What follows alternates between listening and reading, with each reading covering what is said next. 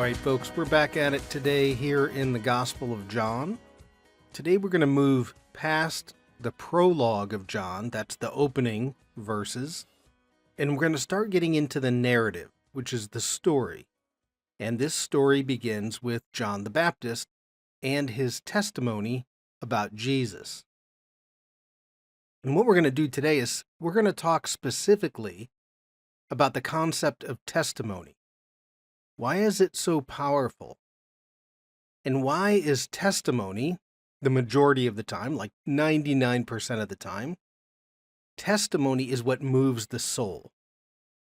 And so in the Bible itself, if we just look at the Bible and say, what is the Bible? Well, the Bible is a book of testimony. The Bible testifies, the Bible writers are writing a testimony to God working in the world. The Bible is not a systematic theology. The Bible does not try to describe God in himself, but we do find the actions of God in our world. So the Bible is a book of God's acts being revealed to us as he acted in history. Very important, because no other God has done that. God acts in history, and he's got a telos, he's got an endpoint. And the Bible writers are writing down the testimony of God's acts in history. So that's why testimony itself is very powerful, and more powerful, as we'll see, than simply facts or proofs or anything like that. So today our background picture is another one that I've had generated by AI, partly because it's just kind of cool to do. But this is John the Baptist testifying to the crowds. And again, I kind of like the style of Eastern Orthodox and the icons. So this is John, and this is John the Baptist, and this is in John chapter 1, and his testimony that Jesus is in fact the Lamb of God. Okay, so let's go then. We think about testimony, and this is very important, because God calls us to testify.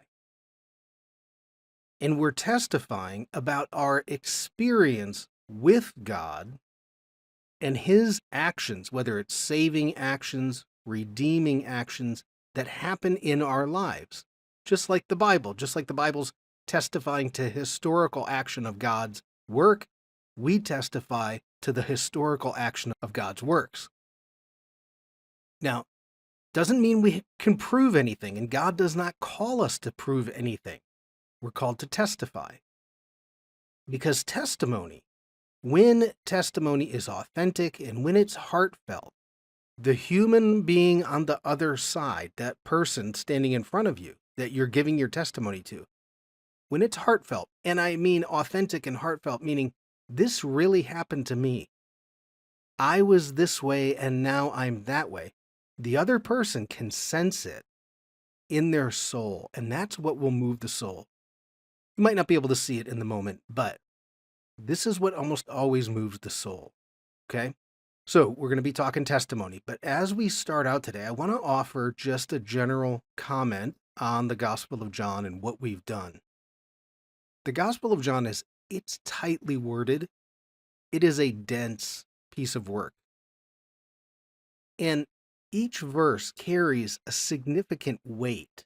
And you can think about the fact that John, if he's walking with Jesus around 30 AD, but he's not writing his gospel letter until the 90s of that first century. That's 60 years of working these stories out, telling them and retelling them and telling them and retelling them, and then putting that into writing in a way that he has to do it in a very short span of space. So what he does is he makes it very deep. And that's one of the problems we have with reading an ancient document like this, is he's working vertically because he doesn't have a lot of horizontal space to write based on the size of the scrolls. So when he writes, he's communicating with dense information that takes the what he's saying deeper. So, you know, when you read John, it can be slow. There's a lot to digest. If you pick up a commentary on John, which there are thousands, they can be quite detailed and extensive.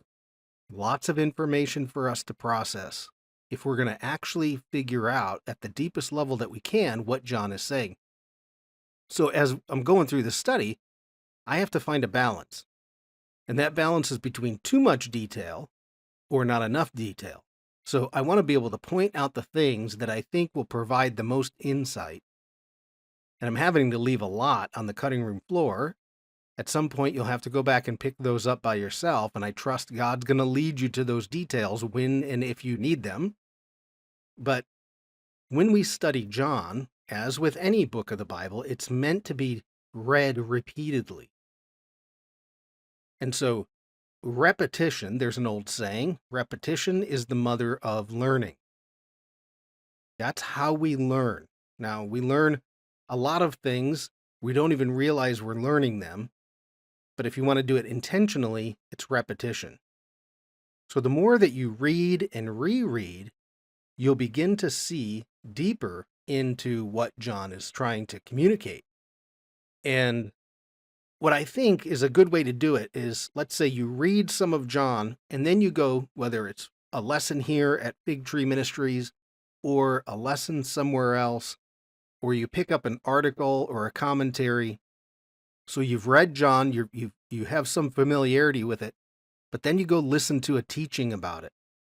Oh, and now it raises your level of awareness. And when you go back to read again, and of course, we see this all the time.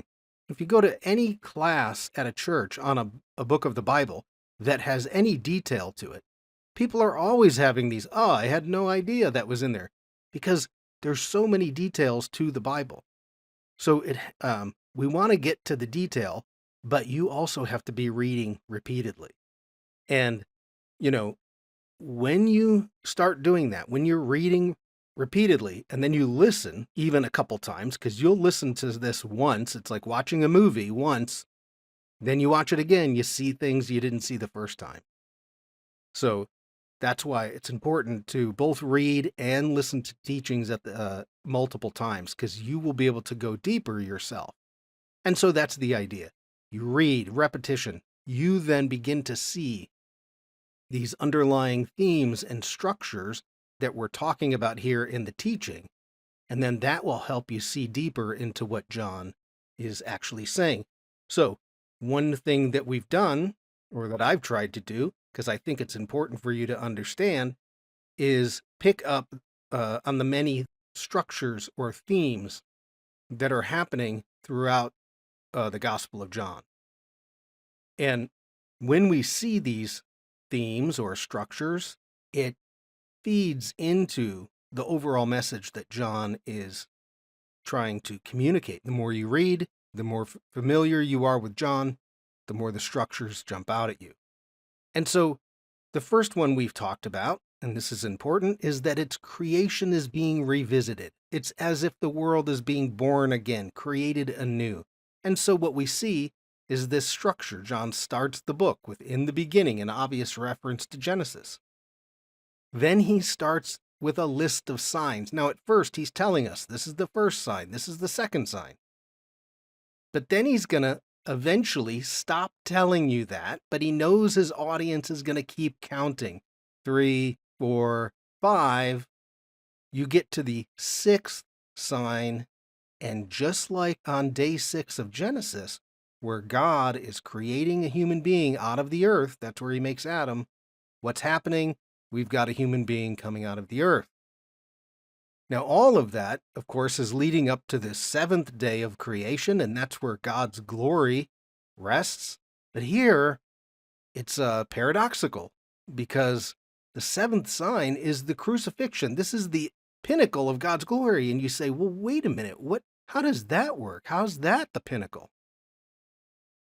But it's a paradox, so it takes a little initiation to understand the significance of love, of sacrificial love, of laying down one's life of how God would sacrifice his life for us. So there's all this glory wrapped up into that. And what John is saying, the world might say that, hey, glory is shining power, right? That's why the kings are all bedazzled when they show up to their formal. They have gold and jewels and all of that because they want to look shining power. It makes them look more powerful. God's saying the most powerful thing in the cosmos is love. And it's not always going to show up on the way that you think. But there's your creation story. And then it goes to chapter 20. And what do we see? On the first day of the week, just like the next day, there's the resurrection. Creation has been renewed. The first Adam, Genesis 1, or 1, 2, and 3, the first Adam failed. The last Adam, that's Jesus in the garden, he didn't fail. And now creation has been renewed. So, very intentional what John is doing. Well, that's good for us to know because that helps us read the Bible. Okay, or read the Gospel of John. Second one I pointed out is he's also showing us what we could call the mystical path to God. Now, this isn't being saved. It's what happens after you're saved. It's when you say yes to God, well, now that starts you down a whole nother path. Okay? And so we talked about this. It's from a book called The Mystical Way. The author's last name is Countryman. John is showing us through the disciples, through this, the way that he narrates his gospel writing, he's showing you a path that ultimately ends up with abiding in him. That's the union with God. So you have these moments of initial enlightenment. I think we found the Messiah that Moses talked about. It's this initial enlightenment, but it's not full on understanding yet. There's some level of baptism where you enter into the death and the life renewal that happens as we die to our old self and become born again or born from above. You realize then there's a food for your soul that comes through the Christ. We have a continued enlightenment. We discover that there's new life in all of this. And what he wants us to move towards is that abiding. And that doesn't just mean, well, I continue to go to church and I believe in God. It means that your soul is becoming so close to God that you're hearing God more clearly, which can happen as you do spiritual practices. You hear God more clearly. You recognize the path that you should be on. There's always extra forgiveness when you go off the path, because we all do. But this is a prominent theme because it's going to help us understand our own walk with God as we're working towards abiding in God. Okay, and then the last one we're going to do today is we're going to talk about the power of testimony. Because it's testimony that moves the soul. And this is such an important theme within John, because there's real power in testimony, and we all need to be able to craft our own testimony. The Bible, as I mentioned, is a book testifying to the actions of God. And the book of John is a testimony itself. He's giving a testimony to the people of his day. In fact, John tells us the purpose of his writing. This is important. I haven't done this yet in this study. But if you go to John, it's chapter 20, so it's right at the end. I mean, this is where, well, there's debate. There's debate about chapter 21, because it looks like it was tacked on like an appendix. John 20, verse 31, is like the end of what would seem to be John's writing. And then you have this second part, John 21, that shows up. But the point is, he tells us what's the purpose, right? He says, but these are written that you may believe. Now, the believe here, we have a Western mindset. It's like an intellectual assent. I went from not believing in God to I believe now in God. But believe here is much deeper. Believe in this case is that your whole being is moved. And because I believe, I act. So it's not just a intellectual, it's now what's going to follow are all of my actions. My path changes. And that includes trust, reliability, and confidence that Jesus is the Messiah, right? So it says, but these are written so that you may believe that Jesus is the Christ, or that's Messiah, the Son of God. But then he's going to add this, and that believing, again, through that trust, through that confidence, through the practice of believing, that means you're living out the truth that Jesus is the Messiah, the Christ, that you have life in his name. So it's not just, hey, I got saved and now I have life. It's like, no, the life comes through your trust and confidence, you're believing in and living out that truth. That brings life in a way that if you follow the path of the world, brings death, okay?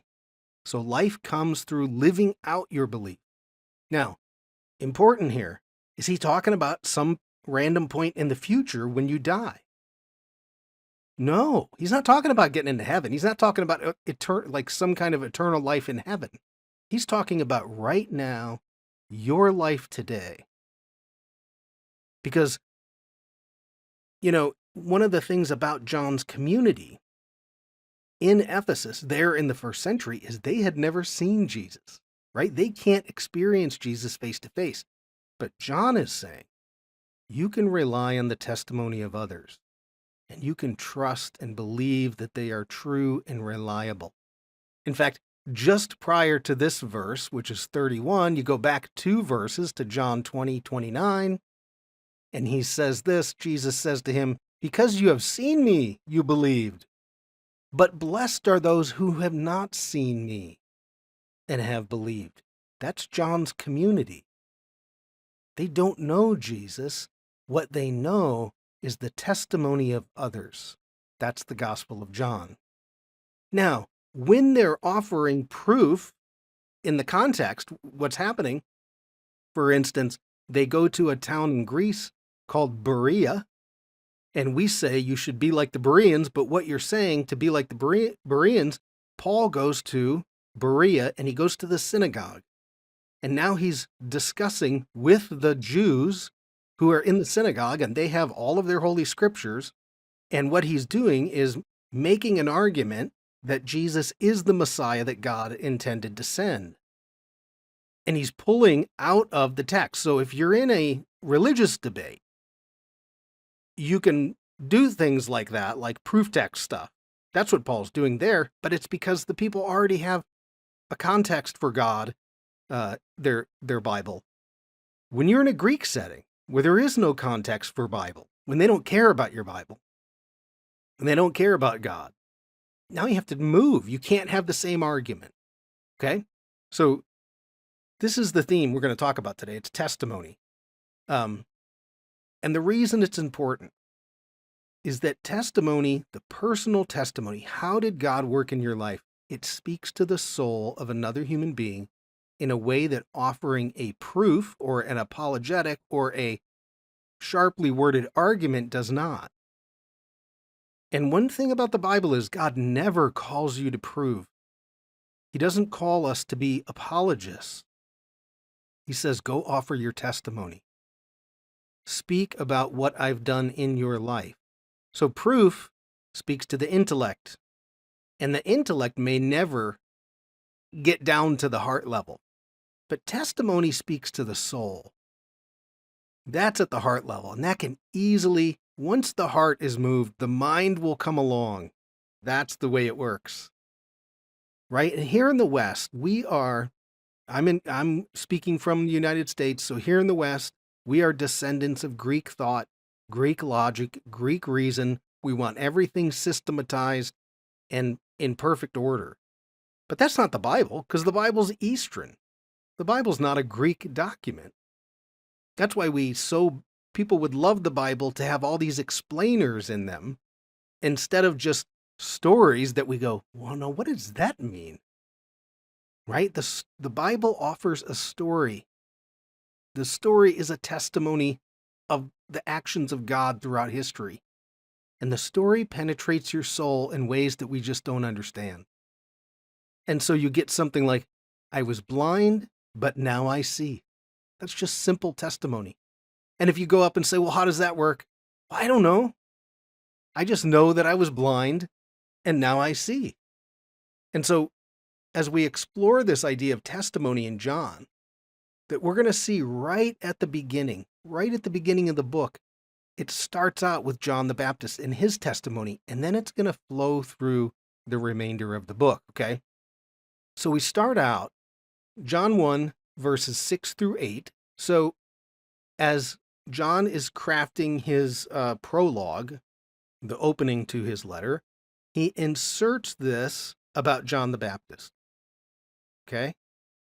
So we want to notice some things about what John is telling us, because this is going to be part of the theme, okay? So we notice it says this, there came a man sent from God whose name was John, okay? This is important because John is a prophet. He's a prophet of God. Where does John get his testimony about Jesus? Well, he's receiving from God himself. In fact, towards the end of chapter 1, he tells us that. Okay, so he is God's the originator of this whole story. He then sends John as a prophet, okay? And then it says this, that's John, he came as a witness to testify about the light. Now, he came as a witness to testify. Now, those sound completely different in English, but they're derived from the same Greek word. So you would have some repetition going on there. It would stand out. That's my point. We don't see it. It doesn't stand out in the English. He came as a witness to testify about the light, that all may believe through him. Now, that you might believe, that sounds very similar to what John is telling you is the whole purpose of his gospel. If we go back to that verse in chapter 20, verse 31. All of this is written down so that you might believe, and that through your belief you have life.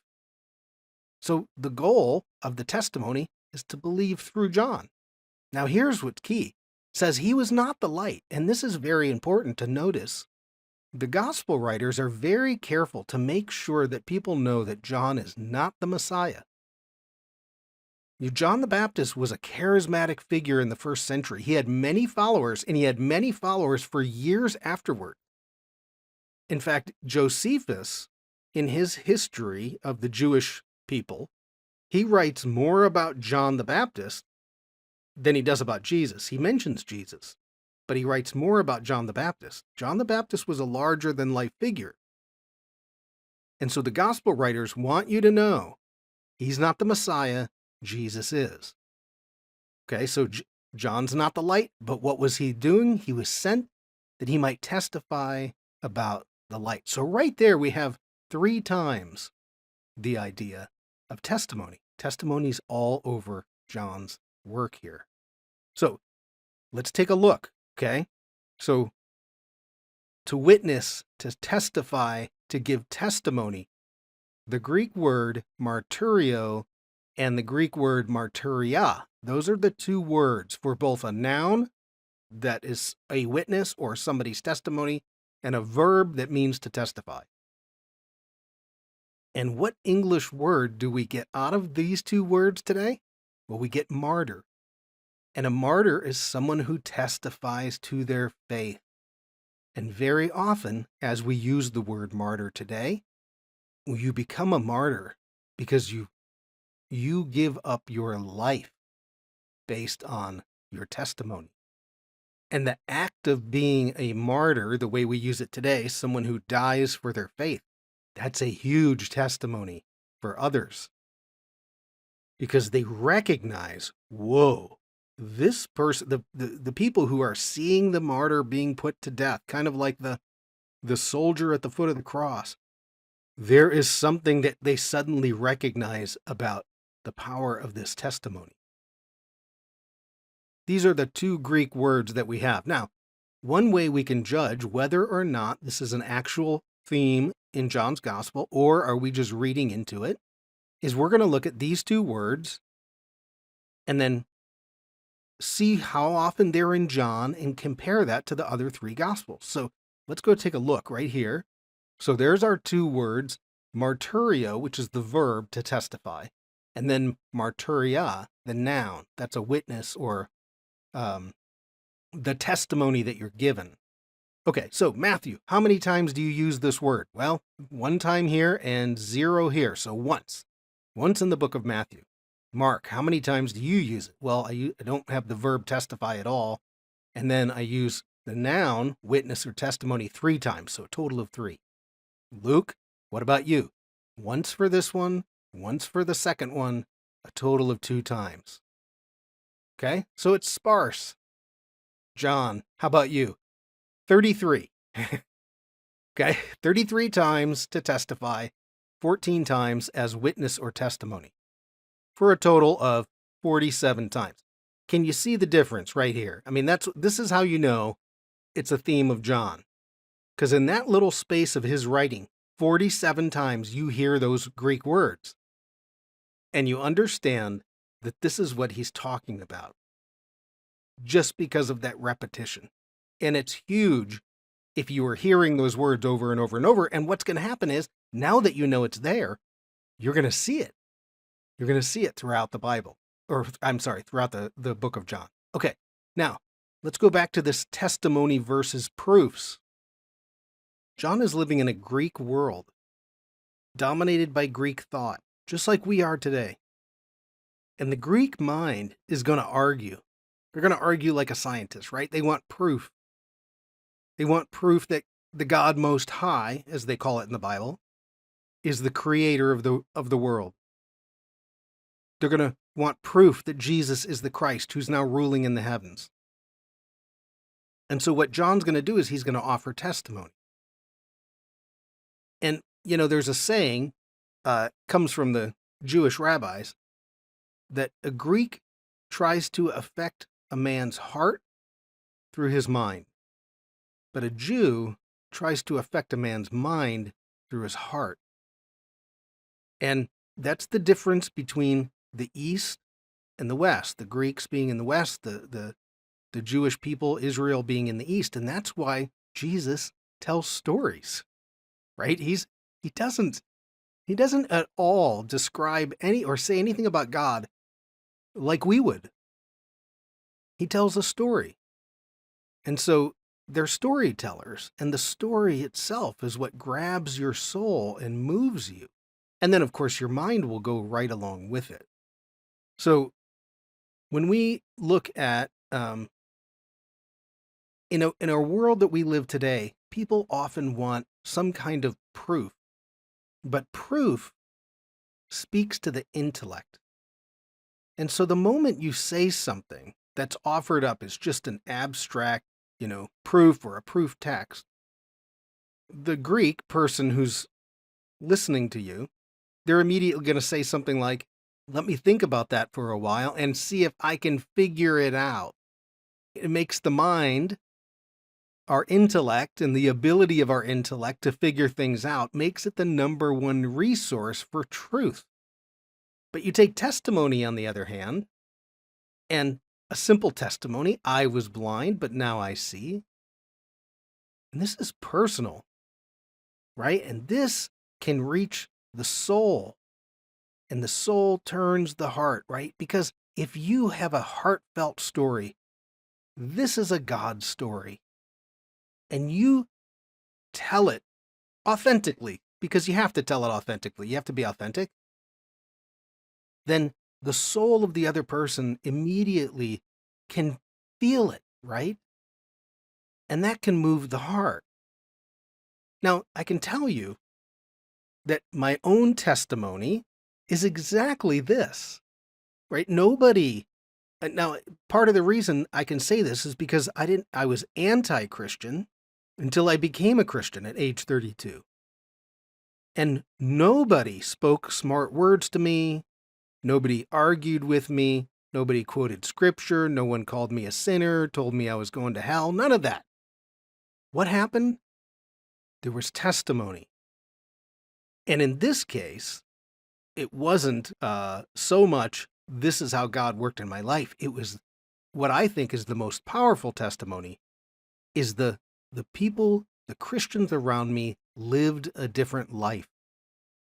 Those Christians had a peace that I didn't see in other people, and that was something I wanted. They were set apart from the crowd. That intrigued me, and that was the testimony itself. And that moved my heart. Now, eventually, people would speak into that, and I would realize, aha, this is exactly what I was looking for this whole time. Because, it's no guarantee, right? If you tell your story to somebody, it's not a guarantee that the person on the other side is immediately going to accept Jesus as Lord on the spot. But the thing is, they can't argue or deny your story. If you just try to offer them an abstract proof, well, they'll cast it aside. But you can't deny their story, and that's the power of your own story. And the story tends to stick with them longer than maybe a smart sentence that you came up with. And the whole time, if someone were to say to me, well, how did that work? I would simply say, I have no idea. I don't know. I just know that it did. I was this way, and the next thing you know, I wasn't any longer. Like, there's no arguing. You just offer your testimony about how God acted in my life, and that the evidence that I know, and then, God willing, because the most powerful testimony is your life, and God willing, my life will also reflect that testimony, and they will see it in a way. You will stand apart. Now, let me give you an example, because of how powerful this is. Let me give you an example from the Bible. Does the Bible show us any examples for reaching a non-believing community, meaning you live in a Greek world? They're not buying it, right? You can have discussions within the religious community that all accept the Bible, and we can have discussions of minutia, just like Paul was having with the Jewish people. They're both working from the same Bible. But if you have a Greek world that doesn't care about your Bible, how are you going to talk to them that reaches the soul? And there's a great story, and it comes from the Gospel of Mark. So I'm just going to share it very quickly. You'll have to go and read it at some point. It's in Mark chapter 5. This is the story of the crazy demon-possessed man that is across the lake. Now, this is an important thing, because when Jesus is talking with his disciples, on one side of the lake is a Jewish community. They all have the same Bible. He says, let's go across the lake to the Decapolis. The Decapolis is Greek. They don't have any of that stuff. They have all kinds of gods, but they don't have the Bible. They don't know anything about the Bible. So we actually have a couple different lessons on this, because it does take some, you have to kind of pull it apart a little bit. But for instance, in our Sea of Galilee series, part 3 is just on the first verse, Mark 5, verse 1, going across the sea, talking about why that sentence even matters. And then when you get across the sea, he's going to meet the crazy man. And it's near this city. This is an ancient city. You see that mound? It doesn't look like much because the sun was setting. But this mound right here, this is a city called Susita. Susita in Aramaic means horse or mare, and or hippos. Hippos is like a hippodrome. Hippos is, or hippopotamus. Hippos is horse in Latin, sorry. Okay, now you can see the Sea of Galilee in the background. Across the Sea of Galilee, you have the Jewish community. This, on this side right here, this is the Decapolis. These are the Greeks, the pagans. Okay? And Jesus says, let's go over there. And everyone's like, really? We got to go over there? He says, and this is so cool. There's one crazy man. In a Greek community, Greek thinking, you value people differently. If you're more attractive, you're more valuable. If you're more athletic, you're more valuable. If you got a special skill or you're smart, intelligent, you're more valuable. Everybody's assigned a value. How is that even possible? To a Jewish community? No, of course it seeps in, because you're going to make some people more important. Jesus doesn't want you to do that. He wants you to treat all people who are made in the image of God. And so then you have a man who ends up, because of whatever pressures are happening in that community, he ends up living down in the caves or among the rocks, and he's cutting himself with stones. And he's crying out. He's clearly in mental anguish, in emotional anguish, in physical anguish. And of course, he's possessed by demons. And Jesus is going to go across the sea for one person. Okay? So here's what it says. This is starting out in verse 19, right? So what happens is Jesus goes over and heals him. And after he heals him, the man is going to plead with him, it says, to go with Jesus, right? So it says, that's Jesus, was entering the boat, as Jesus was entering the boat, the man who was possessed by demons pleaded with him that he might be with him. And you would expect, you almost want Jesus to say, yes, come with us. You kind of expect when someone wants to go follow Jesus that he would say yes to them. He doesn't always. And in this case, what does he say? He says no. Verse 19, he says, however, Jesus did not allow him. No, you're not going to come with me. But here's what I want you to go do. Go to your house, to your own people. See, it's in the Decapolis, right? It's the non-Jewish Decapolis. They're pagans. And what are you going to go do? Go tell them your story. Give your testimony. Tell them the great things that the Lord has done for you and how he had mercy on you. And you notice what Jesus doesn't say. Go explain the covenant with Abraham. Go tell them how God spoke to Moses. Go tell them about King David or there's a coming Messiah. Doesn't say none of that. He doesn't say go offer these 25 proofs that God is real and that I'm the Messiah and all. It's just none of that stuff. Very simple. Go tell them your story. So tell them the great things the Lord has done for you. That's your story and how he had mercy on you. And this is what's so cool because he does. He goes, it says, so he went his way and he began to proclaim in the Decapolis, there's the Decapolis, how Jesus had done great things for him. And everyone was amazed. And this is what's really cool. If you're paying attention to what happens, is this man goes back to the Decapolis. He doesn't know how any of it took place. He just had a encounter with Jesus and his life changed. And so his life change itself is the testimony. He's no longer cutting himself.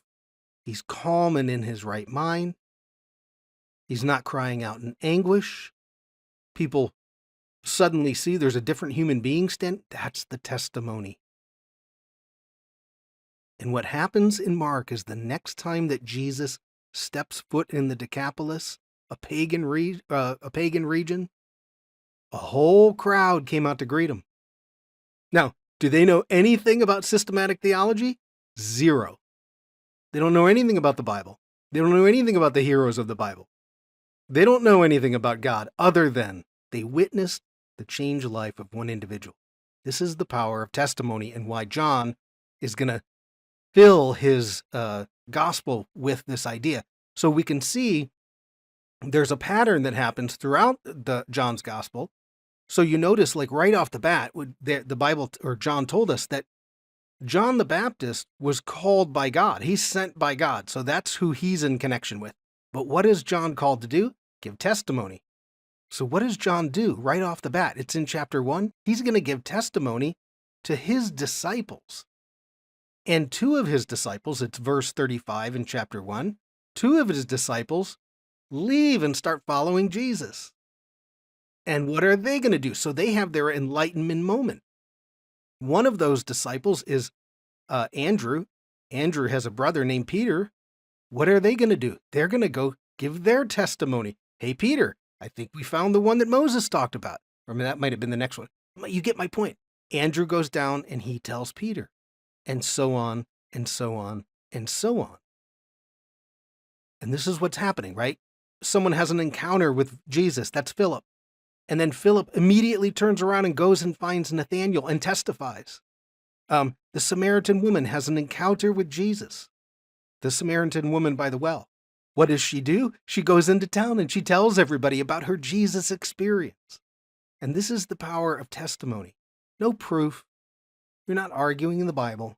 Just a simple testimony of the encounter you had with God. So this tells us we have to know our story. What are your God stories? How has your life changed? Or maybe it's not the transition story, I was this way and that, but what are your stories of walking in faith where you've seen the hand of God move in your life? Things came to be that couldn't have happened any other way. We don't need more smarter, more reasoned, more logical arguments. We just need to say, you know what? Here's what happened in my life. And you allow that story then to work on the individual that you're talking to. Have a human moment. Because if it's a God story, it will hit the soul. And then, you know what you do? You release that outcome to God.